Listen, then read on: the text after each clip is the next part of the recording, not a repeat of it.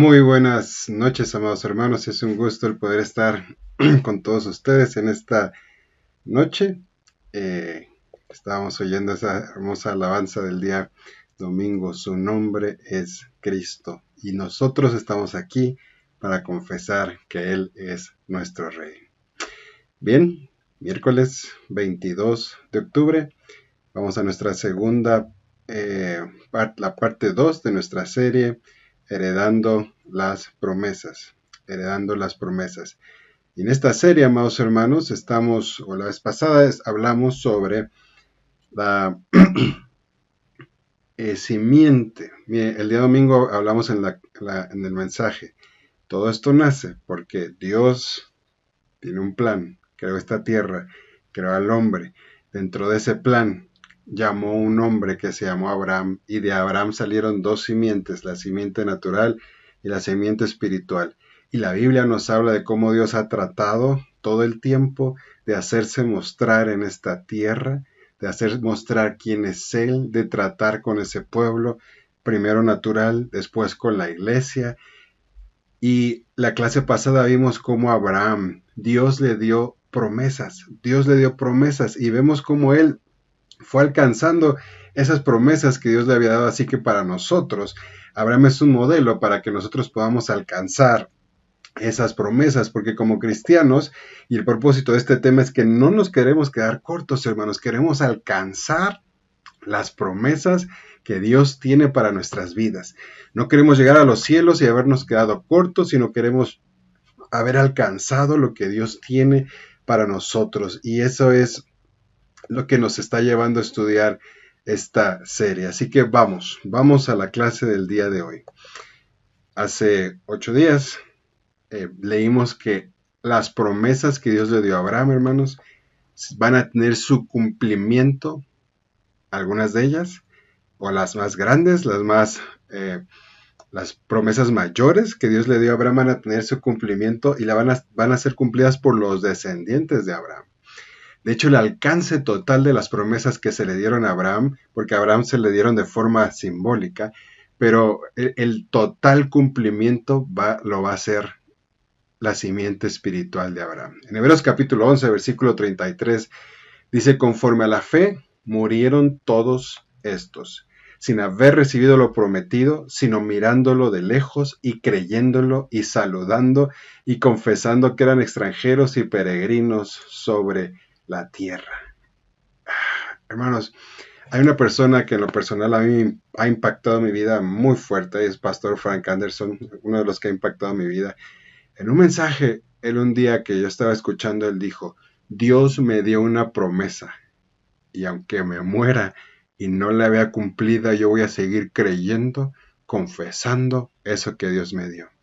Hoy entiendo que si Dios por algún motivo no se la llega a dar a él, su descendencia lo va a cumplir, como sucedió con Abraham, hermanos. Pero aquí dice creyéndolo, confesándolo. Vamos a ver qué dice el versículo que sigue. En Hebreos 11, versículos 39 y 40 dice: y todos estos, habiendo obtenido aprobación por su fe, no recibieron la promesa porque Dios había provisto algo mejor para nosotros, a fin de que no fueran hechos perfectos sin nosotros. Va a llegar un momento donde esa promesa se va a tener su cumplimiento total y se va a unir, hermanos, la simiente espiritual de Abraham con el Padre de la fe, y ahí van a ser cumplidas todas las promesas. Nuestros padres espirituales vieron todo esto de lejos. Ellos estaban convencidos de su validez.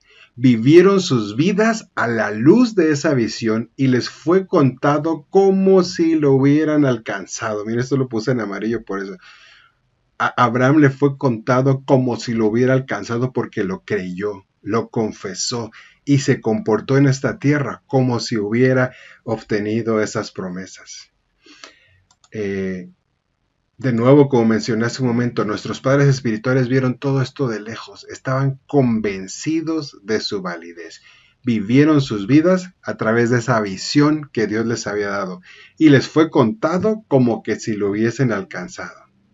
Sin embargo, nosotros sabemos que es por medio de la iglesia que esta visión va a completarse, hermanos. En el texto que leímos anteriormente decía, a fin de que ellos no fueran hechos perfectos, sino nosotros, porque es por medio de la iglesia que la visión, que las promesas que Dios le dio a nuestro padre Abraham, al padre de la fe, se van a cumplir. De hecho, nuestro propio Señor Jesucristo nos comprobó esto, nos enfatizó esto cuando dijo en alguna ocasión, aún mayores que estas hará. ¿Quién? La iglesia. Aún mayores cosas que las que el Señor Jesús hizo, la iglesia va a hacer. Hermanos, estamos llegando a la era gloriosa de la iglesia de los tiempos del fin, la que va a cumplir las obras de la fe, la que va a constituir la ciudad que Abraham vio desde lejos, la que va a cumplir las promesas, la que va a ver el cumplimiento de todo lo que Dios le prometió a Abraham. Estamos llegando a ese tiempo y por eso, hermanos, queremos prepararnos, como dije el día domingo, por eso queremos saber en qué tiempo estamos viviendo, por eso queremos ver cómo nuestro padre Abraham logró alcanzar todas esas cosas, cómo él pudo vivir en esta tierra con esa fe, como si ya las tuviera, como si ya como si las estuviera tocando, viendo. De hecho, Hebreos dice que él veía una ciudad no hecha con manos y en base a eso él la había vivido. Él tuvo una visión, él tuvo una fe, él tuvo una revelación por la cual la abrazó y caminó en esta tierra y cada decisión que tomó fue porque tenía esa visión. A veces tal vez nosotros nos asombramos, bueno, ¿por qué estos hombres de fe lograron esas cosas? ¿Por qué ellos lograron hacer otros milagros? ¿Por qué se lograron mantener, no importando? Hermanos, porque ellos tenían una visión. Dios les había dado una visión. Y eso es lo que nosotros también debemos de pedirle al Señor en nuestras vidas. Y hermanos, la oración y el anhelo de mi corazón es que por medio de estas lecciones espirituales que vamos a estar estudiando, demostradas en los pasos fieles de Abraham, el padre de la fe, nosotros también podamos recibir esas promesas y entrar a lo que el padre Abraham vio de lejos. Hermanos, somos coherederos, porque por medio de nuestro Señor Jesucristo, nosotros tenemos acceso a esas promesas. La gran pregunta es si nosotros lo anhelamos, si nosotros lo deseamos. En Hebreos capítulo 6, versículo 11 y 12 dice, pero deseamos que cada uno de vosotros muestre la misma solicitud hasta el fin, para alcanzar la plena seguridad de la esperanza, a fin de que no seáis indolentes, sino imitadores de los que mediante la fe y la paciencia heredan las promesas. Voy de nuevo con este versículo, se ha convertido en uno de mis nuevos versos favoritos de la Escritura. Dice, pero deseamos que cada uno de vosotros muestre la misma solicitud. ¿Hasta dónde? Hasta el fin. Y habiendo acabado todo, estad firmes. Y el que persevere hasta el fin, ese será salvo, etc. Esto es algo recurrente en toda la Escritura. Que muestre la misma solicitud hasta el fin para alcanzar la plena seguridad de la esperanza. ¿Sabes que tú y yo podemos tener esa seguridad? El apóstol Pablo la tuvo, dijo, he acabado la carrera, he guardado la fe. Tú y yo podemos llegar a tener esa seguridad, a fin de no ser indolentes, sino imitadores de los que mediante la fe y la paciencia heredaron las promesas. No solo lo creyeron, no solo actuaron en consecuencia, sino que tuvieron una fe persistente. Esta palabra paciencia aquí es perseverancia, una fe persistente que persevera hasta el fin. Y eso es lo que nosotros, por medio de la gracia de nuestro Señor Jesucristo, queremos alcanzar, hermanos. Ahora, todo en la vida hay un precio que pagar. Yo quiero hablar un poco sobre el precio que Abraham tuvo que pagar. De nuevo, hace 8 días si recordamos, vimos este proceso. Yo oigo la voz de Dios para mi vida. El Señor me pide algo. Yo lo creo, empiezo a actuar en consecuencia de lo que Dios me habló y debo de perseverar en eso. Perseverar. Vamos a ver cómo Dios llamó a Abraham. En Génesis capítulo 12, versículo 1 dice, pero Jehová había dicho a Abraham, vete de tu tierra y de tu parentela y de la casa de tu padre a la tierra que yo te mostraré. Bueno, ¿de dónde llamó el Señor a Abraham? De Ur. aunque, bueno, desde Harán, si usted leemos con cuidado la escritura, él sale de un sitio que se llamaba Harán. En realidad, el viaje de Abraham, hermanos, comenzó a una distancia bastante lejana de Harán, de este lugar pequeño llamado Ur, en la tierra de los caldeos, o sea, mejor conocido como Babilonia. ¿Sí? Abraham sale de Babilonia. Y el principio de esta aventura la vamos a encontrar en Génesis capítulo 11, versículo 31, donde pareciera o se nos da una mención como que Taré, que fue el padre de Abraham, era quien encabezaba esta expedición. Sin embargo, en el Nuevo Testamento se nos habla claramente, hermanos, que no fue Taré, sino que fue Dios que llamó a Abraham. Y esto lo encontramos en Hechos capítulo 7, versículos 2 y 3, donde dice: y él dijo: varones hermanos, padres, oíd. El Dios de la gloria, el Rey de reyes, el Señor de señores, apareció a nuestro padre Abraham, estando en Mesopotamia, antes que morase en Harán, y le dijo: sal de tu tierra y de tu parentela, y ven a la tierra que yo te mostraré. Y aquí quiero tocar un concepto bien importante, lo que es el nacimiento de una visión. Además, si ponemos atención a estos versículos que acabamos de citar, vamos a notar el llamado y la visión fueron dados a Abraham. De hecho, tenemos un versículo más que se encontramos en Isaías capítulo 51, verso 2, donde dice: mirad a Abraham vuestro padre y a Sara que os dio a luz, porque cuando no era más que uno solo, lo llamé, lo bendije y lo multipliqué. Esto nos trae a colación un tema interesante y a veces controvertido, hermanos, porque de esto se trata la elección. No tiene que ver con la genealogía. Dios nos llama en su presciencia. ¿Qué es no es presencia, es presciencia? ¿Qué es la presciencia de Dios? El conocimiento anticipado de todas las cosas. Es decir, Dios sabe lo que tú y yo vamos a hacer si Él nos da la oportunidad. Algún día en una reunión yo les dije: yo no sé qué vio Dios en mí. Y a veces veo a algunas personas y yo digo: yo no sé qué vio Dios en esas personas. Pero hermano, Dios sabe cómo vamos a reaccionar cuando Él nos llama, cuando Él nos da una oportunidad de entrar a su reino y de convertirnos en instrumentos útiles en sus manos. Esto debe de comprenderse claramente, que Dios estaba dando origen a una visión que era únicamente para Abraham. En la iglesia hemos escuchado predicaciones. Pastor Curtis recuerdo que la hizo, Pastor Frank la ha hecho, Pastor Bailey la ha hecho. Hermanos, ¿qué es nacer en Sion? Porque pertenecemos al Ministerio Sion y nosotros siempre nos preguntamos: bueno, ¿y por qué nos llamamos Sion? Y es algo que hemos estado estudiando, etcétera, etcétera, etcétera. Pero parte de eso que es nacer en Sion, parte de eso que es...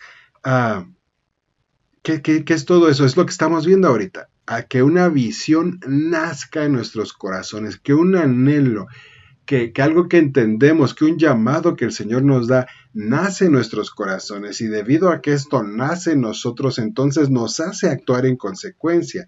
De nuevo, como hemos estado estudiando, Abraham recibe este llamado, le cree a Dios y actúa en consecuencia. ¿Qué hizo en consecuencia? Él decidió salir. Hermanos, es nuestro Señor el que determina nuestras heredades, a dónde nos va a llevar. De hecho, el Salmo capítulo 37, versículo 4 dice: Él nos elegirá nuestras heredades, la hermosura de Jacob, al cual amó. Y tal vez entonces nos podamos hoy entender por qué Lot tomó las decisiones que tomó, por qué los hermanos naturales de Abraham tal vez no lo siguieron. ¿Sabes por qué? Porque el resto de la familia de Abraham no compartía esa visión. Y esto nos va a ayudar a entender, hermanos, que hay un precio a veces, bueno, voy a quitar esa palabra a veces, hay un precio que hay que pagar, hay un precio que viene unido cuando Dios nos da una visión, cuando Él pone algo en nuestro corazón y te dice: te llamo a ti, te escojo a ti, te pongo en este ministerio. Yo creo que No sé si es algo que logre yo enfatizar, hermanos, pero el Señor nos ha llevado a un ministerio diferente. No voy a decir, uy, es el mejor o es el del medio. No, no voy a hablar de eso. Es un ministerio diferente, donde Dios sabe a quién ha llamado a este lugar, a Ministerio Sion. Y Él sabe por qué. Y Él nos puede capacitar. Pero esa visión tiene que nacer aquí, en nuestros corazones. El patriarca José es uno de los grandes ejemplos que nos puede ayudar a que hay un precio que pagar por la visión. ¿Te acuerdas? El Señor le dio los sueños, le dijo que lo iba a utilizar, pero ¿cuál fue el precio que tuvo que pagar? Ser esclavo, ser engañado, ser llevado a Egipto como esclavo, volver a ser engañado ahí, terminar en una cárcel, pasar un proceso donde tuvo que aprender a perdonar, tuvo que aprender muchas cosas en este proceso para que al final pudiera ser heredero de las promesas que Dios le había mostrado en un sueño. En el Nuevo Testamento se nos dice que Abraham buscaba una ciudad que no está hecha de manos. Lo vemos en Hebreos capítulo 11, verso 10. No se nos dice en sí en qué punto de la vida de Abraham nació en esta visión. Bueno, no sabemos exactamente cuándo esa visión, el llamado de Dios provocó ese despertar en la vida de Abraham que entonces lo motivó a salir de su tierra y a creerle a Dios. No sabemos en qué punto. Tal vez en el libro de Heredando las Promesas dice que tal vez sucedió cuando se le dijo a Abraham que mirara hacia arriba a ver si podía contar las estrellas del cielo. No, no sabemos exactamente cuándo nació la visión, esta visión en la vida de Abraham, pero de cualquier forma, hermanos, algo eterno nació en el espíritu de Abraham desde el llamado inicial. Algo sucedió en su corazón, que lo que hizo que detonara entonces, que Abraham accionara cuando Dios le hablara y él dijera, vamos. El día domingo en la congregación yo les dije, hermanos, no sé cómo Dios va a hacer para que la iglesia sea gloriosa, pura y sin mancha, pero sí sé que lo va a hacer, porque tengo la certeza de que lo que Dios dice lo va a cumplir. Y Abraham tenía esa certeza. De hecho, el Señor Jesús hace una comparación con los cristianos del Nuevo Testamento, con los cristianos del Nuevo Pacto, como también sucede en ellos esto. Y él lo comparó en una parábola. Y en Mateo capítulo 13, versículo 44, dice, además, el reino de los cielos es semejante a un tesoro escondido en un campo, el cual un hombre halla y lo esconde de nuevo, y gozoso por ello va y vende todo lo que tiene y compra aquel campo. Aquí tenemos a un hombre que encuentra la visión de algo eterno. Tiene una visión eterna, tiene una revelación del reino espiritual. Y cuando esta persona tiene esa visión de la eternidad, tiene esa visión del reino espiritual, entonces va y está dispuesto a dar todo por esa visión. Y esa visión consume su vida. Y cuando digo consume su vida es toda su fuerza, todo su enfoque, lo que él hace en esta vida, lo hace por esa visión. Algún día yo les compartí en la congregación que el Señor me regaló ver un vislumbre, porque tampoco voy a decir, uy, ya vi todo el cielo y la eternidad, no, un vislumbre de la eternidad. Y eso hizo que en mi vida yo tomara una decisión, que lo ejemplifica un himno que entonamos, he decidido seguir a Cristo y no vuelvo atrás. Después el Señor me llamó a servirle, hermanos, y dije, he decidido seguir a Cristo y no vuelvo atrás. Pastor Dan Karam escribe que hace muchos años el Señor le despertó una visión en su corazón. Y dice, yo no pude definir la visión, no entendía con exactitud, excepto que sabía que la mano del Señor había venido sobre mí para un propósito eterno. Y ese pensamiento consumió cada día de mi vida, como el peregrino, como la historia del progreso del peregrino de John Bunyan, que cada día estaba absorto con el llamado celestial. ¿Se acuerdan? Yo quiero llegar a la ciudad celestial. Es algo que en la vida de Pastor Paul, que en la vida de Pastor Bailey, de cada uno de los grandes hombres, hermanos, que presiden la confraternidad donde estamos, es un común denominador. Ellos han recibido esta visión. Y tú y yo, hermanos, necesitamos decirle, Señor, ¿me puedes dar esa visión de la eternidad. Ese es el concepto que cuando algún predicador o yo mismo lo he dicho en la iglesia, eso se llama nacer en Sión, que Dios nos dé esa visión, ese vislumbre, esa que nos abra nuestros ojos espirituales para ver lo que Él tiene para nuestras vidas. Ahora, el que Dios nos dé una visión y nos dé un llamado tiene implicaciones, hermanos, y implicaciones muy fuertes. En Génesis capítulo 12, versículo 1, el Señor le dice a Abraham, vete de tu tierra y de tu parentela y de la casa de tu padre. 3 instrucciones, vete de tu tierra, de tu parentela y de la casa de tu padre. Así que las implicaciones espirituales para Abraham fue un llamado literal. Abraham literalmente le dijeron, vete de tu tierra, vete de tu parentela y vete de la casa de tu padre. Sin embargo, puede ser que para nosotros el llamado tenga otros causas. Y quiero explicarme, hermanos, en esta noche. Hay diferencia entre el Antiguo Testamento y el Nuevo Testamento. En el Antiguo Testamento las cosas eran físicas, mientras que en el Nuevo Testamento las cosas son espirituales. Y aquí usé una tabla que viene de hecho en el libro. En el Antiguo Testamento se pedía una circuncisión física, pero en el Nuevo Testamento se pide una circuncisión espiritual del corazón. En el Antiguo Testamento tenemos un viaje físico, ¿verdad? Fue un viaje espiritual, la caminata de la fe física. En el Nuevo Testamento nuestro viaje es un viaje espiritual. En el Antiguo Testamento había herencias físicas, pero ya era muy importante la tierra, era muy importante de dónde eran sepultados, etc. Para nosotros es bien importante nuestra herencia espiritual. ¿Dónde queremos estar en la eternidad? En el Antiguo Testamento eran armas físicas, en el Nuevo son armas espirituales. En el Antiguo había batallas físicas, en el Nuevo hay batallas espirituales.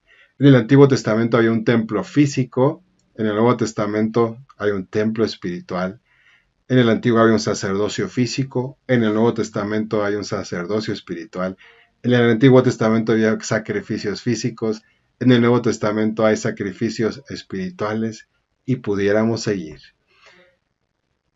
Pero lo que quiero traer a colación con todo esto, hermanos, es que la misma precio que Abraham tuvo que pagar para recibir las promesas es un precio que tú y yo también vamos a tener que pagar. Aun cuando el Antiguo Testamento funcionaba en el ámbito de lo tangible, de lo físico, eso fue sombra del ámbito espiritual. Refiriéndose a esto, el apóstol Pablo en 1 Corintios capítulo 10, verso 11 dijo, y estas cosas les acontecieron como ejemplo y están escritas para amonestarnos a nosotros, a quienes han alcanzado los fines de los siglos. Es decir, esto también aplica para ti y para mí. Y la palabra ejemplo que vemos aquí en este versículo significa un tipo, es decir, el Antiguo Testamento fue un tipo, un símil, una sombra del Nuevo Testamento. El Nuevo Testamento es el antitipo, es decir, es el cumplimiento espiritual de lo que fue el Antiguo Testamento en lo natural. Por lo tanto, la connotación principal que queremos recibir de la caminata de Abraham son las lecciones espirituales que podemos aprender. Así que veamos la primera. Para nosotros, vete de tu tierra, puede ser que no te toque irte de la Ciudad de México, de la colonia donde vives, sino tiene una connotación espiritual. Y esto significa que necesitamos separarnos del mundo. En la Escritura, Egipto es un tipo del mundo y se nos exhorta a no conformarnos ni amemos al mundo ni el sistema de este mundo. No améis al mundo ni las cosas que están en el mundo, dice el versículo. Y Babilonia, hermanos, del lugar donde Abraham tuvo que salir, es una figura de la falsa religión, es la cuna de la falsa religión. Por lo tanto, salir de Babilonia puede significar que nosotros tengamos que separarnos de nuestra antigua religión. En efecto, como hemos dicho, hay un precio que pagar. De hecho, Ur de los caldeos era muy famoso por ser un centro de ocultismo, de adoración a la luna. Así que la connotación literal, hermanos, Asimismo puedo decir que el Señor puede llamarnos a dejar Egipto, el mundo, pero también puede llamarnos a salir de país, ¿eh? También a los misioneros el Señor les hace un llamado y también puede tener una connotación literal para sus vidas, pero para la gran mayoría es una connotación espiritual. Muchas veces Dios llama a las personas a dejar cosas para servirlo. Puede ser que te pida dejar tu tierra natal también para servirlo. Y hay algunos hermanos que conocemos que virtualmente han pasado gran parte de su vida en otro país. Ustedes conocen a Pastor Curtis, como él tuvo que dejar literalmente su tierra, su lugar de nacimiento. Hermanos, hay un precio que pagar. Hay un precio que pagar, sí, pero no veas el precio. Las ganancias eternas son tan grandes. El apóstol Pablo usa una frase que dice: no se comparan, no hay comparación. El precio que pagas no es nada comparado con la eternidad y las bendiciones que Dios tiene en la eternidad para aquellos que se atreven a creerle a Dios y caminar como nuestro padre Abraham y caminar una caminata de justicia. Así que, hermanos, que nosotros como el apóstol Pablo seamos capaces de decir, como dice Hechos capítulo 26, verso 19, y no fui desobediente a la visión celestial. Cuando el Señor te llama, cuando el Señor te planta una visión, cuando el Señor te ha hecho algo para servirle, no seamos desobedientes y actuemos en consecuencia. Ahora, hay un precio que pagar, sí, y muchos no están dispuestos a pagar este precio. Yo soy muy fan de las estadísticas porque nos muestra un poco cómo es nuestro comportamiento como seres humanos y nos muestra cuál es nuestra tendencia. Y miren, hay una estadística que dice que el 92% de los misioneros que empiezan el primer año nunca terminan su carrera ni regresan al campo misionero. Y esto es en lo natural, pero hablemos ahora de lo espiritual. ¿Qué porcentaje de las personas que Dios les da un llamado lo terminan cumpliendo? Vámonos más chiquito. ¿Qué porcentaje de los hermanos de la congregación Iglesia Cristiana Sion David han nacido en Sion? Dios les ha dado una visión y cuántos de ellos van a terminarla hasta el final. Vamos al segundo aspecto que el Señor le pidió a Abraham. Le ha dicho: vete de tu tierra y de la casa de tu padre. Esta fue la segunda cosa que el Señor le dijo. Obviamente, hay una razón para que se le diga a Abraham que se separe de su parentela y de la casa de su padre. La primera razón, hermanos, es que sus padres, la casa de su padre, no compartía la visión que Dios le había dado a Abraham.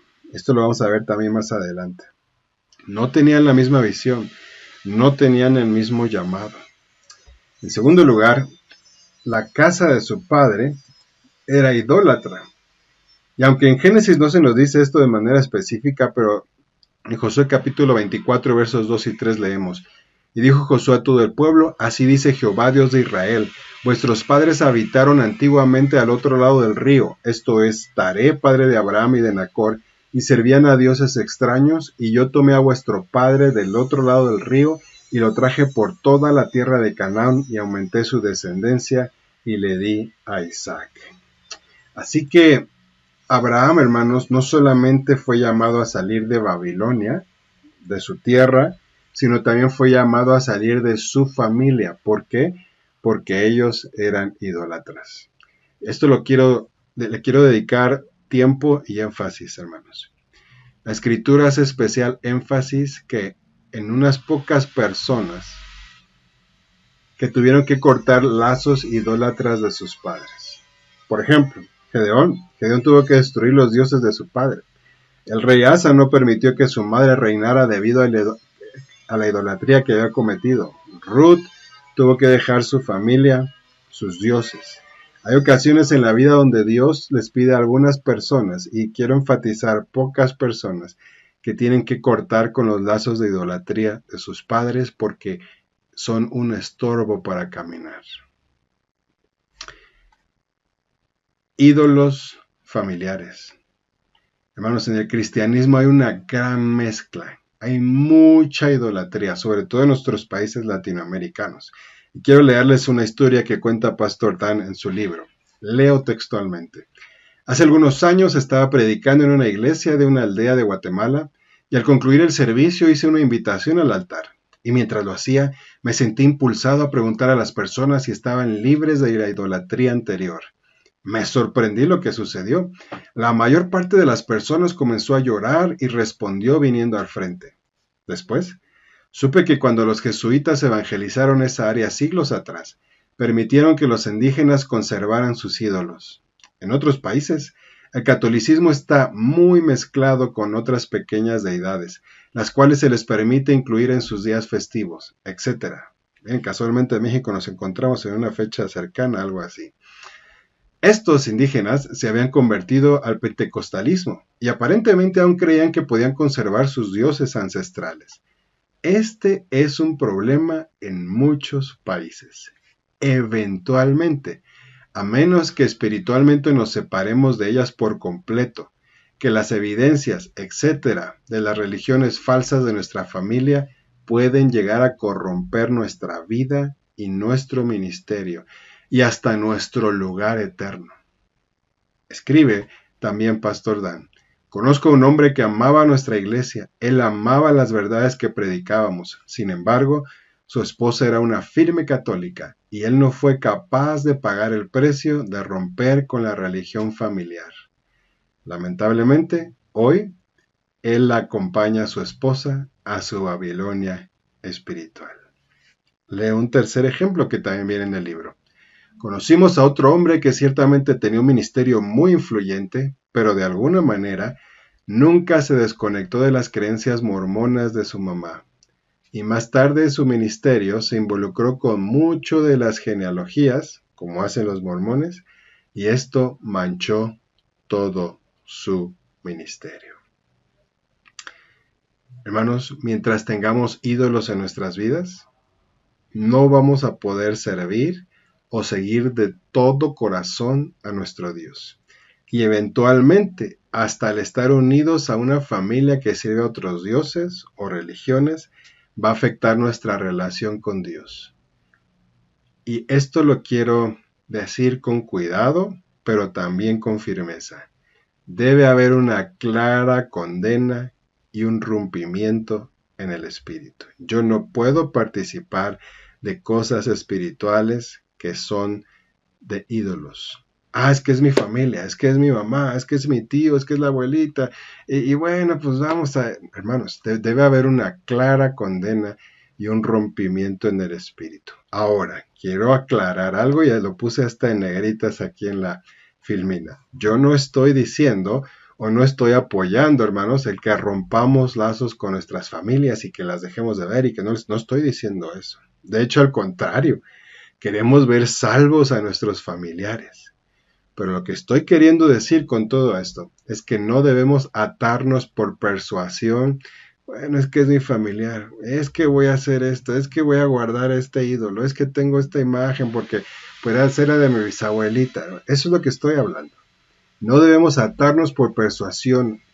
No estoy minimizando, hermanos, el precio. Sé que hay un precio que pagar y a menudo nuestra familia nos va a rechazar por nuestra fe.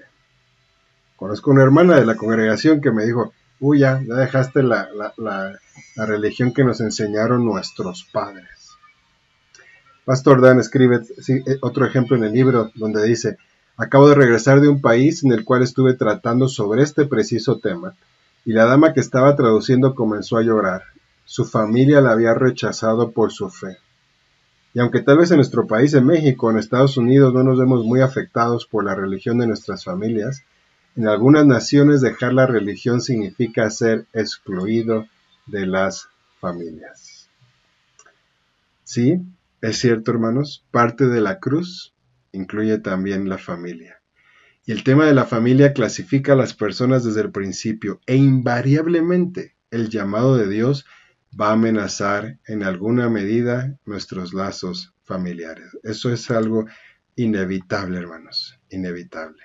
Jesús lo dijo eso en Mateo capítulo 10, versos 34 al 38, donde dice: no penséis que he venido a traer paz a la tierra. No he venido a traer paz, sino espada.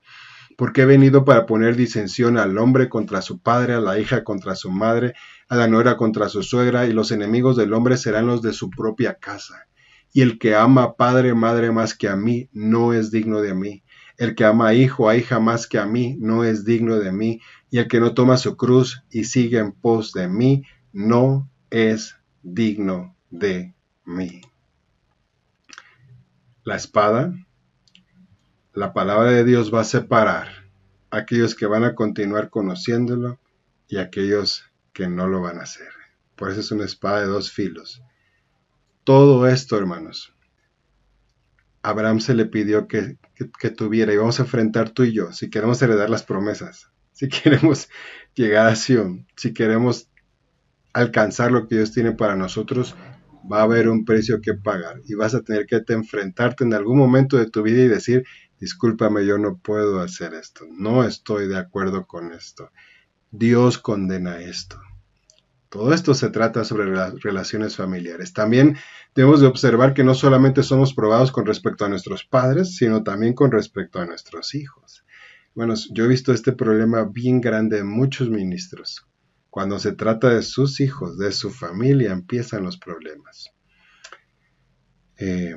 Con frecuencia las personas pasan el primer obstáculo. Sí, yo dejo a mis papás y mi tierra y todo. Pero cuando se enfrentan al rechazo de sus padres, perdón, de sus hijos, cuando ya no es con sus padres, sino con los de su propia casa, ahí empiezan los problemas y empiezan a querer ceder. En la sociedad actual a menudo los padres sufren por causa de la justicia a manos de sus propios hijos, los cuales no quieren apartarse de este mundo. Pero nosotros, hermanos, queremos hacer una separación y quiero ser bien claro.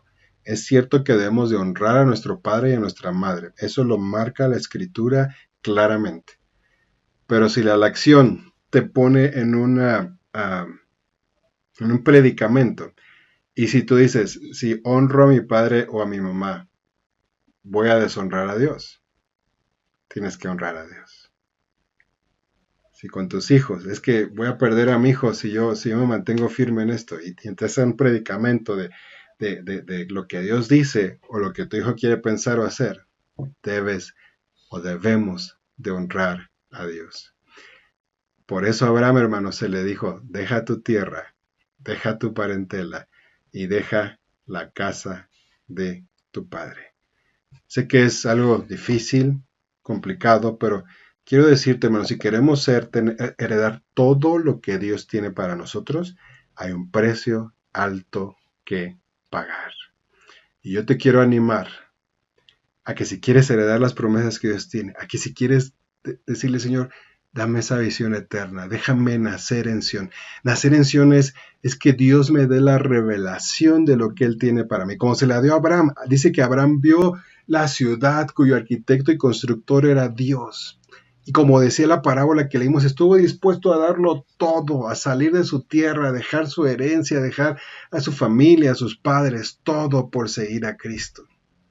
He decidido seguir a Cristo, cantó Abraham. Digo, no existía ese canto en ese entonces, pero estoy seguro que lo dijo. Yo decidí seguir a ese llamado que Dios ha puesto en mi vida, ser fiel a la visión, ser fiel al llamado que Dios puso.